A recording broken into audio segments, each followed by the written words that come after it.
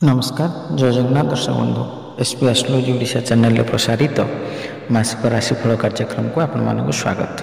दर्शक बंधु आज आम आलोचना करवा अक्टोबर मासरे केमिति रहिबो राशिचक्र द्वादश तथा अंतिम राशि मीन राशि व्यक्तिविशेष मानकर शुभाशुभ राशिफल विषय विस्तृत भाव आलोचना करवा। किंतु ता पूर्व जदि आप चैनल को प्रथम थरिक आसी तेज वीडियो को लाइक करूँ, शेयर करूँ और चैनल को सब्सक्राइब कर पाखे बेल आइकन को प्रेस करूँ। दर्शक बंधु चलते विलम्ब करवानी आरंभ करवा आज आलोचना चक्र जे अक्टोबर मासरे केमिति रहिबो मीन राशि व्यक्तिविशेष मानक शुभाशुभ भाग्यफल विषय रे। मीन राशि जार अधिपति ग्रह होउछन्ति बृहस्पति। मीन राशि शुभवार रविवार सोमवार बुधवार घातवार शुक्रवार। शुभ संख्या 2, 3, 9। शुभ रंग हलदिया धला नाली। बंधु यही अक्टोबर मासरे मीन राशि व्यक्तिविशेष मानक कौन रोचरीय ग्रह स्थिति। वृष राशि बृहस्पति, मिथुन राशि मंगल, सिंह राशि बुध, कन्या राशि शुक्र केतु रवि, कुंभ राशि शनि और मीन राशि राहु अधिष्ठान करुछन्ति। एही गोचरीय स्थिति को नजर रखी आमे यह ही विचार करि परिबा जे एही मास मीन राशि लोकंक पई मध्यम धरणर फल प्रदान करिवो। राशिफल रे आर्थिक असुविधा आपनको किछि असुविधा पकाई पारे, कारण खर्च नियंत्रण बाहर को जाइपारे। स्वास्थ्य दृष्टि उन्नतिमूलक कार्य हेब, तेणु स्वास्थ्य प्रति मध्य ध्यान देवाक पड़िबो। कैरियर दृष्टि यदि आम विचार करिबा तेबे ताहा मध्य एते शुभ फल प्रदायक होई न पारे। आपणक सहकर्मी प्रति भल आचरण आपणको आपणक कार्य रे उन्नति करिवारे सहायक हबो। व्यवसाय करुवा लोकों को किसी द्वंद्वर सम्मुखीन होगाक पड़ो एवं केतक क्षेत्र में गभीर बुझाणा एवं विशेषज्ञ मतामत नेबा भल हेब, कारण केवल सेतेबेले सेमाने व्यवसाय को सफल करिबारे समर्थ हेबे। प्रेम संपर्क पाई मासटी भल हेब एवं आपण निजर प्रेम संपर्क को सठिक स्तर को नेबाकू चेष्टा करिवे। एथि सहित वैवाहिक संपर्क रे उत्थान पतन हेबार संभावना रहिबो। छात्र मानक पई समय भल हेबो, किंतु आपनक एकाग्रता वृद्धि करिबा आपनक पई एक चैलेंज हेबो। पारिवारिक जीवन भल हेबार संभावना रहिछि। दर्शक बंधु जो मुख्य ग्रह दुईटी को नहीं आमे विचार करियंती एई राशिफल, से दुईटी ग्रह होउछन्ति बृहस्पति एवं शनि। एवं ये दुईटी ग्रह आपणक बृहस्पति तृतीयस्थ, शनि द्वादशस्थ।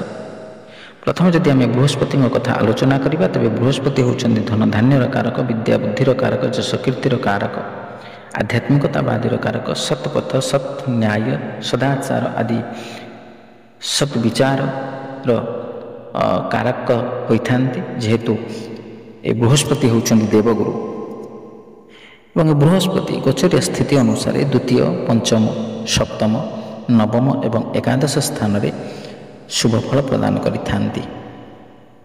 किंतु आपणक राशि पाई वर्तमान बृहस्पति तृतीयस्थ, तेणु तृतीय बृहस्पति आपणको शुभ फल प्रदान करिबो नाही, किंतु अशुभ फल तो निश्चित भाव में प्रदान करिबो, किंतु तार मात्रा सामान्य कम रहिबो।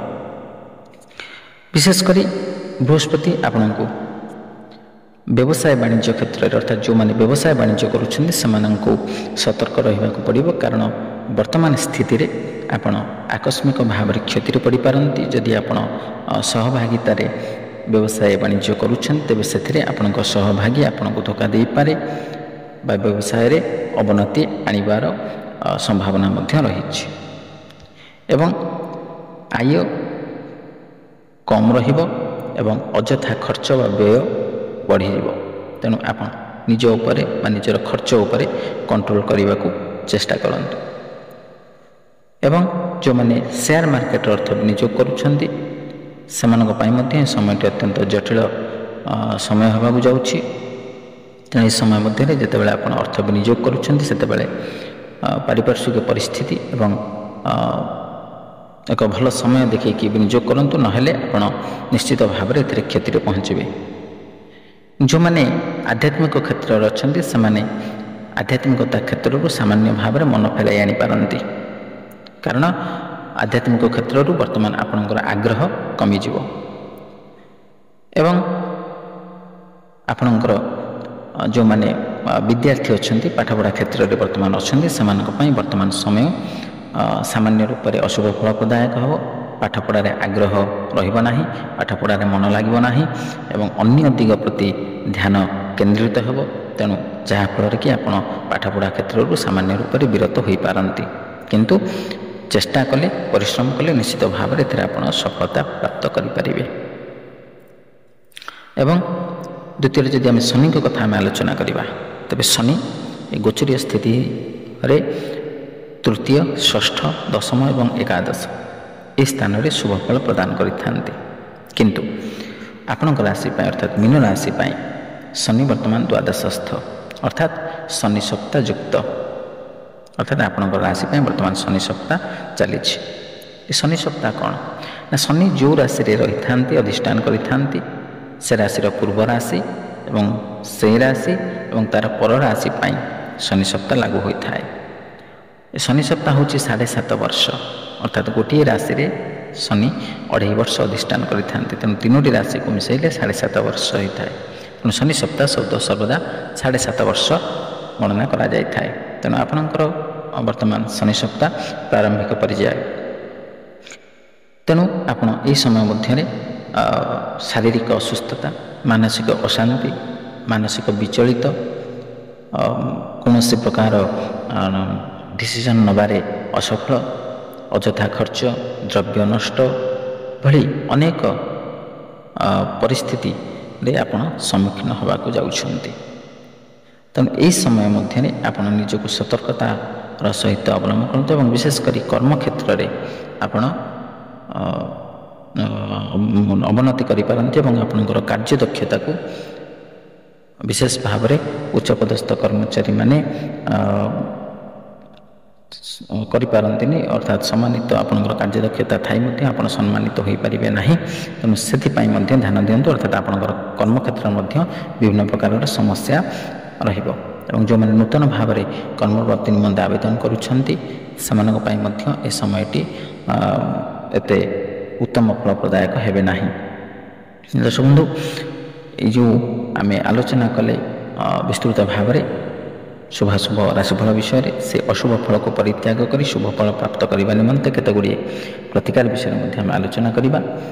ପ୍ରତିକାର ଗୁଡ଼ିକ ହେଉଛି, ଆପଣ ପ୍ରଥମେ ବୃହସ୍ପତିଙ୍କର ଅଶୁଭତ୍ୱ କାରଣରୁ ଆପଣ ପ୍ରତ୍ୟେକ ଦିନ ସ୍ନାନ ପରେ ବିଷ୍ଣୁ ସହସ୍ରନାମ ପାଠ କରନ୍ତୁ, ବିଷ୍ଣୁଙ୍କୁ ଆରାଧନା କରନ୍ତୁ, ବୀଜ ମନ୍ତ୍ରକୁ ଜପ କରନ୍ତୁ ଏବଂ ଓಂ ବୁଁ ବୃହସ୍ପତୟେ ନମଃ ଏ ମନ୍ତ୍ରକୁ ମଧ୍ୟ ଆପଣ 27 ଥର ହେଉ, 54 ଥର ହେଉ କିମ୍ବା 100 ଥର ହେଉ ଜପ କରିପାରିବେ। କିମ୍ବା ମାତା ତାରାଙ୍କୁ ମଧ୍ୟ ଦର୍ଶନ କରନ୍ତୁ, ସାମାନ୍ୟ ପୂଜା ଅର୍ଚ୍ଚନା କରନ୍ତୁ। କିମ୍ବା ଶନି ସପ୍ତାହ ପାଇଁ ଆପଣ ମା ଦକ୍ଷିଣକାଳୀଙ୍କୁ ଦର୍ଶନ କରନ୍ତୁ, ସାମାନ୍ୟ ପୂଜା ଅର୍ଚ୍ଚନା କରନ୍ତୁ, ମାର୍ଜନା କରନ୍ତୁ, ତାଙ୍କର ସ୍ତୋତ୍ରକୁ ପାଠ କରନ୍ତୁ।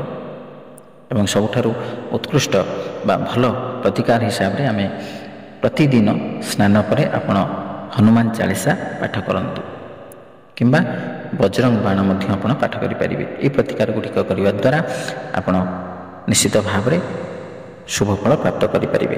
ଦର୍ଶକ ବନ୍ଧୁ, ଆଶା କରି ଭିଡ଼ିଓଟି ଭଲ ଲାଗିଥିବ। ଯଦି ଭଲ ଲାଗିଛି ତେବେ ଭିଡ଼ିଓଟିକୁ ଲାଇକ୍ କରନ୍ତୁ, ସେୟାର କରନ୍ତୁ ଏବଂ ଆପଣଙ୍କର ସୁଚିନ୍ତିତ ମତାମତ ଦେବାକୁ ଜମା ଭୁଲନ୍ତୁନି। ଆଜି ପାଇଁ ବିଦାୟ ଦିଅନ୍ତୁ। ରହିଲେ ନମସ୍କାର। ଜୟ ଜଗନ୍ନାଥ।